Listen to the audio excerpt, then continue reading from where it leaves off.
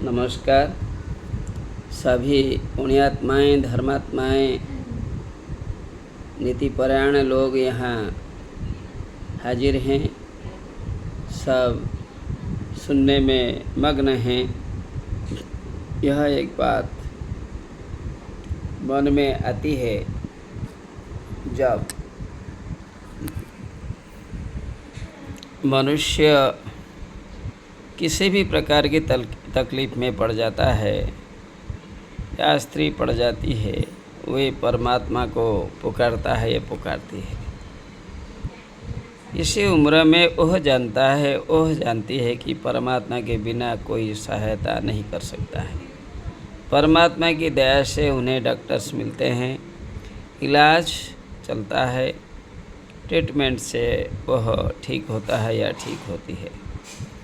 तो इलाज में जाना, इलाज करना, डॉक्टर से परामर्श लेना या भगवत निष्ठा में रहना, यह पेशेंट पर निर्भर करता है। या मानसिक संतुलन किसी भी कारण से जो खोता है या दुखी होता है, पीड़ित होता है, वो भगवान को पुकारता है या पुकारती है।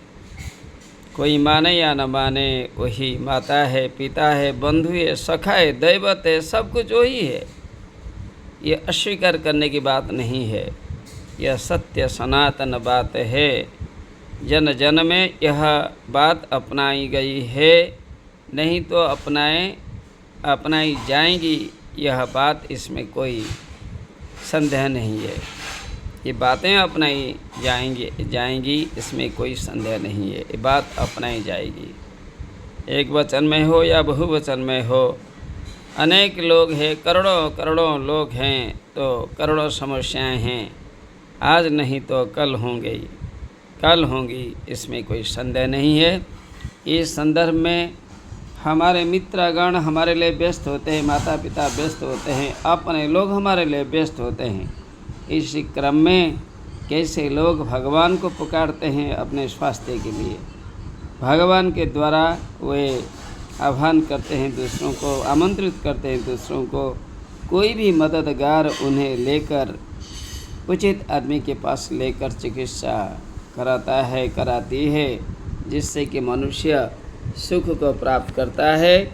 एक उसी प्रकार का श्लोक आपके सामने उपस्थापित करने में जा रहा हूँ। आप कहेंगे, यदि कोई आदमी रुग्ण है फिर श्लोक कैसे पढ़ता है? श्लोक तो एक भावना होती है, भावना से आदमी शांत होता है। ठीक है, हम देखेंगे। कम शस्य दूतेन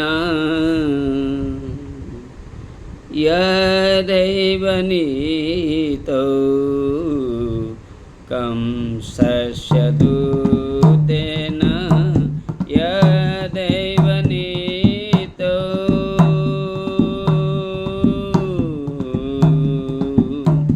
वृन्दावनान्तान् वसुदेवसूनु,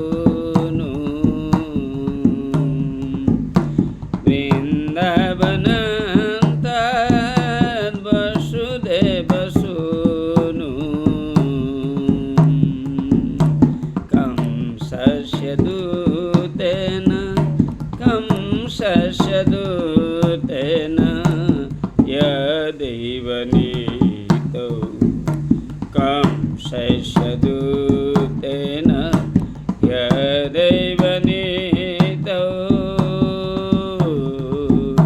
वृन्दावनान्तान्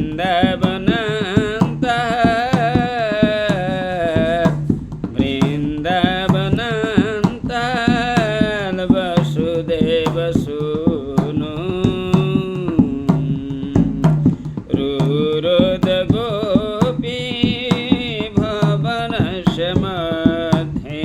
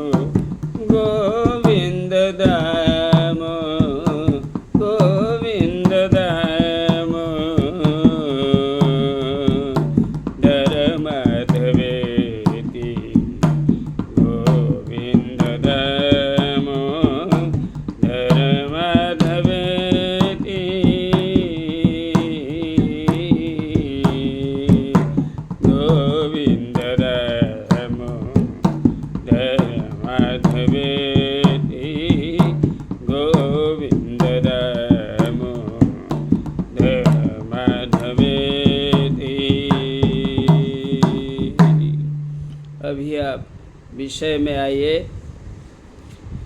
कंसस्य दूतेन, कंस के दूत के द्वारा जब कृष्ण और उनके बड़े भाई बलदेव कहाँ जाते हैं? कंस के राजसभा में जाते हैं। साथ में आया है उत्कृष्ट आदमी लेने के लिए। तो अक्रूर जी आए हैं साथ में। जब दूत के रूप में अक्रूर जी आए हैं, नितो दोनों को ले लिया। राम बलराम, कृष्ण बलराम है, कृष्ण बलभद्र बलराम, जो भी आप बोलिए, कृष्ण बलराम चलते हैं। वृंदावनांतद वसुदेव, वसुदेव सुनो, वसुदेव के दो पुत्र कृष्ण बलराम वे चलते हैं वृंदावन नगरी से, वृंदावन से मथुरापुरी चल रहे हैं। मथुरापुरी नहीं बतलाया गया है, आपको समझना होगा। उनको कहाँ लिया गया? गाड़ी पर बैठाया गया।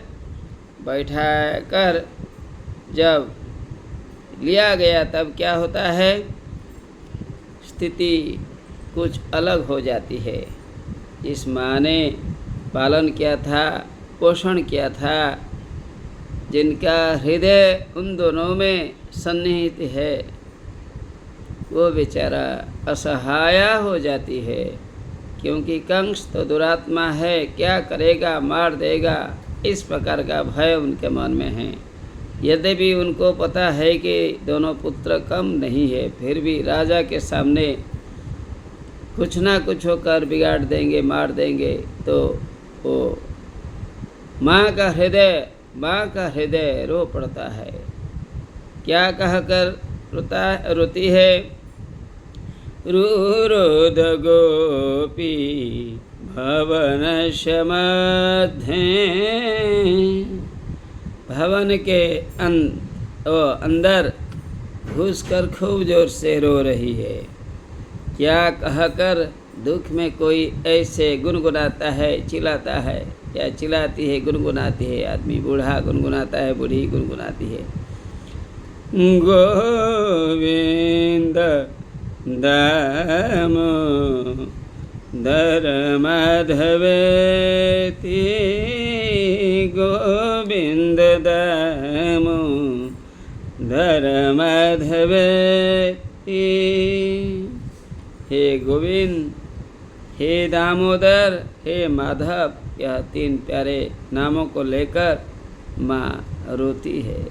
हर किसी के घर में माँ रोती है जब बेटा मुसीबत में आ जाता है, जब माँ संकट को समझती है। जब इतना बड़ा क्रूर शासक कंस ने भेजा है उनके राज्य में, उनको कौन मना करेगा? दे दिया क्रूर के साथ। यही बात है। हल्की बात यहाँ समझने के लायक है, खुद समझने का लायक है कि जब दुख आता है मनुष्य देवों का आशीर्वाद के लिए तड़पता है या स्त्री तड़पती है। यहाँ यशोदा मैया अपने दो पुत्रों को लिए तड़पती। लेकिन बात जो भी हो, जब दुख आता है, दुख से छुटकारा पाने के लिए हमें बार बार चिंतन करना चाहिए, परमात्मा को ध्यान में लेना चाहिए। निश्चल शांत मन में प्रक्रिया तो चलनी चाहिए। और बहुत कुछ है, मैं नहीं कह सकता। इतना कहकर विराम लेता हूँ, क्षमा चाहता हूँ। नमस्कार।